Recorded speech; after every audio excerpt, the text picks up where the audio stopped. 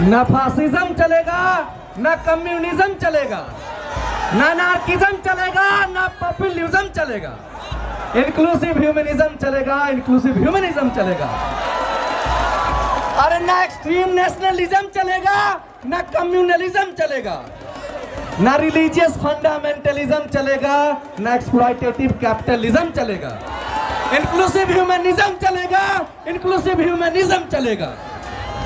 ना रीजनलिज्म चलेगा, ना लिंग्विस्टिक इम्पोजिशन चलेगा, ना फेवरेटिज्म चलेगा, ना नेपोटिज्म चलेगा। इंक्लूसिव ह्यूमनिज्म चलेगा, इंक्लूसिव ह्यूमनिज्म चलेगा। ना अनटचेबिलिटी चलेगा, ना कास्टिज्म चलेगा, ना पैट्रियार्की चलेगा, ना रेसिज्म चलेगा। इंक्लूसिव ह्यूमनिज्म चलेगा, इंक्लूसिव ह्यूमनिज्म चलेगा। अरे भैया ना इस्लामोफोबिया चलेगा, ना हिंदू फोबिया चलेगा, ना हिंदू फोबिया चलेगा, ना क्यूअर फोबिया चलेगा, ना ह्यूमन फोबिया चलेगा। इंक्लूसिव ह्यूमनिज्म चलेगा, इंक्लूसिव ह्यूमनिज्म चलेगा। ना एनिमल किलिंग्स चलेगा, ना फॉरेस्ट कटिंग्स चलेगा, ना इंजुडिशियस नेचर एक्सप्लॉयटेशन चलेगा, ना एनवायरमेंटल डिग्रेडेशन चलेगा। इंक्लूसिव ह्यूमनिज्म चलेगा, इंक्लूसिव ह्यूमनिज्म चलेगा।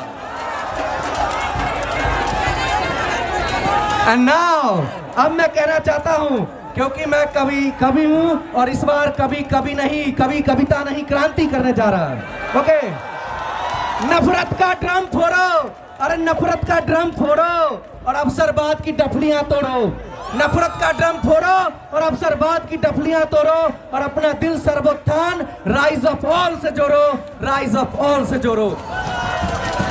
मेरे जेएनयू प्रेमियों, आपस में प्रेम करो मेरे जेएनयू प्रेमियों। नमस्ते, प्रणाम, नमस्कार, वाई खुराइजाम, सत श्री अकाल, तासी दलेक, वनक्कम, नमस्कारम, खम्मा गणी, अस्सलाम वालेकुम, जुले नमस्कार करतानी, नमस्कार करे छी। मैं रोशन कुमार सीपीएसएम में फर्स्ट ईयर से कहना चाहता हूं कि मेरे जेएनयू प्रेमियों, जैसा कि आप जानते हैं कि ये नफरती नैरो एलआरसी फोर्सेज, और ये एलआरसी फोर्सेज कौन है आप जानते हैं अच्छी तरह से, लेफ्ट, राइट और सेंटर, लेफ्ट, राइट और सेंटर। इन लोगों ने हमारे कैंपस को peaceful, loving, debate, dissent, discourse वाला नहीं रहने दिया, इंक्लूसिव एंड फॉर ऑल नहीं रहने दिया। मैं आगे कहना चाहूंगा कि बीते दिनों के हिंसा के अवसर और क्षेत्रवाद की मानसिकता ने जेएनयूआइट्स के सामने इन सारे एलआरसी फोर्सेस को बेनकाब कर दिया है। जिस तरीके से लेफ्ट ने ईसी के इंडिपेंडेंट फैसलों में टांग अड़ाया और जिस तरीके से राइट ने वायलेंस किया और हॉस्टेज बनाया, इन सभी को मैं कंडेम करता हूं। और हाँ, जिस तरीके से आरएसएस के नागपुरिया बीन पर नागिन डांस करने वाली एबीपी पता नहीं क्यों वायलेंस और हेट से वन साइडेड लव करती है, ये इससे बाज नहीं आते हैं, ये इससे बाज नहीं आते हैं। और नेक्स्ट कहना चाहूंगा कि लेफ्टिस्ट में अवसरवाद इतना चरम पर पहुंच गया कि पहली बार जेएनयू की जनता ने एसएलजीबीएम में लोकतंत्र का मसीहा बनने वाली संगठन आइसा और एसएफआई की कलयुगी महाभारत देखा, जिसमें एक भाई दूसरे भाई का जानी दुश्मन बन गया। और आखिर में एक प्रेसिडेंट पोस्ट के लिए इन्होंने अपनी असरसन की पॉलिटिक्स पर अपॉर्चुनिज्म का दाग लगा लिया, दाग लगा लिया। और जो डीएसएफ आयशा को सेक्सुअल हैरेसर कहती थी, आज उनके गोद में जा बैठी है। आखिर क्या मजबूरी है डियर डीएसएफ, आखिर क्या मजबूरी है डियर डीएसएफ। और भैया मेरे प्यारे, एनएसवाई का अगर नाम ना लिया तो बात तो भैया खत्म होती नहीं है। इसी एनएसवाई ने जो खुद को गांधीवादी कहती है, आज क्षेत्रवाद के चक्रव्यूह में इसने कभिमन्यु समान कार्यकर्ता कुणाल भैया, जो कि सतलज के पूर्व प्रेसिडेंट थे, जिन्होंने अपने मेहनत के पैसे से, अपने न जाने कितने खुद के जेब के खर्चे से एनएसवाई को जिंदा किया और एनएसवाई को पूरे कैंपस में बहुत ही ज्यादा उन्होंने फ्लरिश किया, उसके टिकट को काट दिया सिर्फ इस वजह से क्योंकि वो बिहार से था, सिर्फ इस वजह से क्योंकि वो एक पिछड़े जाति से बिलोंग करता था। और ये बापसा आज भी दलितों का शोषण होता है, मासूम बच्चा भूखा पेट सोता है, जातिवाद बनी क्रूर है, गणतंत्र अभी दूर है, गणतंत्र अभी दूर है।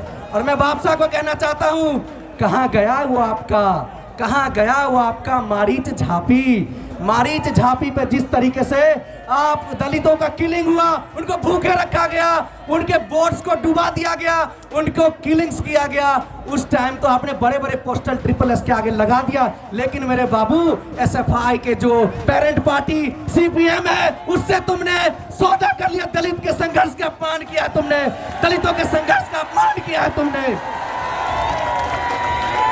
और भैया मेरे CRJD वाले भैया, अरे भैया जो कॉमरेड चंदू आयशा की शान है, उनको शहाबुद्दीन ने मरवाया। और जब मैंने CRJD के महामहिम अक्षर रंजन से पूछा कि बताइए इस पे आप कंडेम करते हैं कि नहीं अपने पार्टी के शहाबुद्दीन को, तो इन्होंने क्या बोला पता है मुझे? कॉमरेड चंदू भी हमारे नेता हैं और शहाबुद्दीन भी हमारे नेता हैं। इस हिपोक्रेसी को पूरे कैंपस को ये समझना होगा। और भैया समाजवादी छात्र सभा, ये परिवारवादी अखिलेश भैया की तारीफों से चीन की दीवार बना देते हैं और कहते हैं हमें स्पेस से भी अखिलेश भैया ही नजर आते हैं। अरे भैया कभी JNU की बात भी कर लो, कभी JNU की बात भी कर लो, और दिशा की बात कर लेते हैं। दिशा की सुना है नया खून चढ़ा है, तो थोड़ा सा बात कर लेते हैं। अरे दिशाहीन है, दिशाहीन है। इनके सारे तौर तरीके वामपंथियों वाले हैं, पर ये खुद तय नहीं कर पा रहे हैं कि हम हैं कौन। और भैया AIDSO और बाकी बची ऑर्गेनाइजेशन बरसाती मेढक की तरह चुनावी मौसम में टर करने आ जाते हैं। चलिए बहुत हुआ पार्टीज की सारी और संकीर्ण पॉलिटिक्स की बात। अब हम करेंगे देश विदेश के मुद्दों और कैंपस से जुड़ी बात। और फिर मैं आप सभी के सामने फासिस्ट मैनिफेस्टो नहीं, कम्युनिस्ट मैनिफेस्टो नहीं, ह्यूमनिस्ट मैनिफेस्टो पेश करने वाला हूं। Humanist manifesto.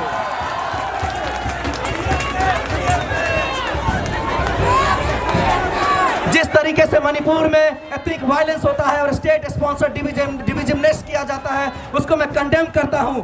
और हेट स्पीच और माइनॉरिटी राइट्स का जिस तरीके से वायलेशन होता है, और हमारे कैंपस के मासूम नजीब को जिन लोगों ने मिलके गायब करवाया, जिन लोगों ने उसे मारा, मैं उसे कंडेम करता हूं। नजीब ना कोई लेफ्ट ना राइट ना सेंटर, बाहर में जाइए लेफ्ट राइट सेंटर। वो एक इंसान था, वो एक माँ का बेटा था। उस मासूम को तुम लोगों ने छीन लिया लेफ्ट राइट की पॉलिटिक्स ने, लेफ्ट राइट सेंटर की पॉलिटिक्स ने। लैंग्वेज पॉलिसी और रीजनल आइडेंटिटी में किसी भी तरह का हम इंटरवेंशन की बात नहीं करते हैं। और हाँ, अब फिर से हम कम बैक करते हैं कि saffronisation of democratic spaces and academic campuses by कौन? RSS। अरे भैया RSS, तुमने बिहार दिवस तो मनाने नहीं दिया हमें सम्मान से। तुम्हारा 30 तारीख को हिंदू नव पर्व हुआ। अरे हम भी हिंदू हैं और गर्व से कहते हैं हिंदू हैं। लेकिन जिस तरीके से तुम्हारा हमारे कार्यक्रम के हमारा कार्यक्रम बर्बाद हुआ और उसके जश्न तुमने अपना कार्यक्रम करवाया। और मैं कहना चाहता हूं यहीं से कि NCRB रिपोर्ट के अकॉर्डिंग आप देख सकते हैं कि किस तरह से दिल्ली में सबसे ज़्यादा क्राइम है वुमेन के अगेंस्ट, और 144.4 पर लाख पॉपुलेशन क्राइम देखा जा रहा है। जिस तरीके से RG कर में महिलाओं का रेप होता है, मैं उसे कंडेम करता हूं। और स्टेट जिस तरीके से फेलियर होती है साबित, उसको भी मैं कंडेम करता हूं। हसदेव और HCU में चल रहे संघर्षों का मैं सलाम करता हूं, समावेशी सलाम पेश करता हूं। और हाँ, एक कविता तो होना ही चाहिए। चलिए करते हैं कविता का खेल। अरे सदियों से जिस पे वार हुआ, बराबरी का ना व्यवहार हुआ, 2 पिंजरों की चिड़िया बनी जो मायका ससुराल घर बार हुआ। हाँ, वो महिला ही थी जिसका जीना दुश्वार हुआ। क्या हक नहीं उसको मर्दों की तरह स्कूटर, कार, कलम, तलवार और शासन चलाने को? क्या हक नहीं उसको मर्दों की तरह अपनी रोटी कमाने को? क्या हक नहीं उसको अपनी मर्जी का दूल्हा ढूंढ लाने को? तो मैं कहना चाहता हूं कि महिलाओं को फ्रीडम दीजिए। आज हमारी ये महिलाएं, आज ये लड़कियां पढ़ रही है और किसी माई के लाल से किसी भी मामले में कम नहीं है। और आगे मैं कहना चाहता हूं क्या हुआ वसुंधरा के रक्षक को, क्यों बैठा वो खेत की मेड़ पर निराश है, महंगाई ने कमर तोड़ी अब लगती नहीं भूख प्यास है।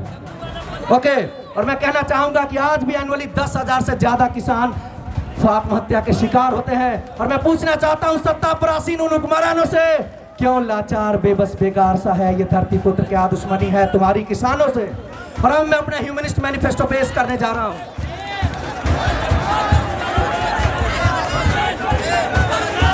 और मेरे ह्यूमनिस्ट मैनिफेस्टो में I will make your dream JNU, campus safety और security, 24/7 dhaba, library, reading rooms. और मैं यहाँ पे 3D कल्चर लाने जा रहा हूँ भाइयों बहनों।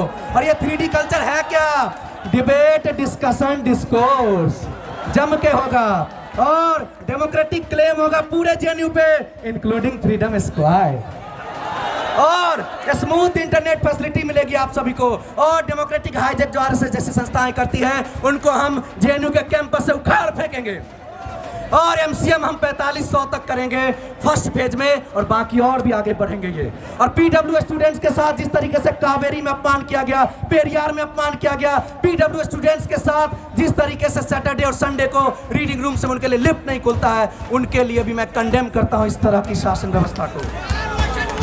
और ये नॉर्थ ईस्ट स्टूडेंट्स के साथ जो दगा किया गया है, एमओयू में साइन हुआ था कि बराक हॉस्टल में उनको 75% का रिजर्वेशन मिलेगा, लेकिन भैया वो कहाँ गया reservation? Sanitary pad vending machine लगवाऊंगा, केसीओएटी और पीएसआरओएटी का रेनोवेशन और डेवलपमेंट करवाऊंगा, हॉस्टल क्लासरूम, इन सारे इंफ्रास्ट्रक्चर पे मेरा फर्स्ट कंसर्न होगा।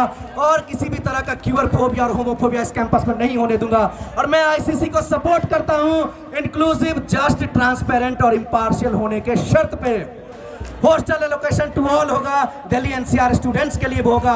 और मेरा कैंपेन होगा no dormitories at all, no dormitories at all. तो एक कवि का समावेशी मानववाद जिंदाबाद, वाइट सैल्यूट टू ऑल।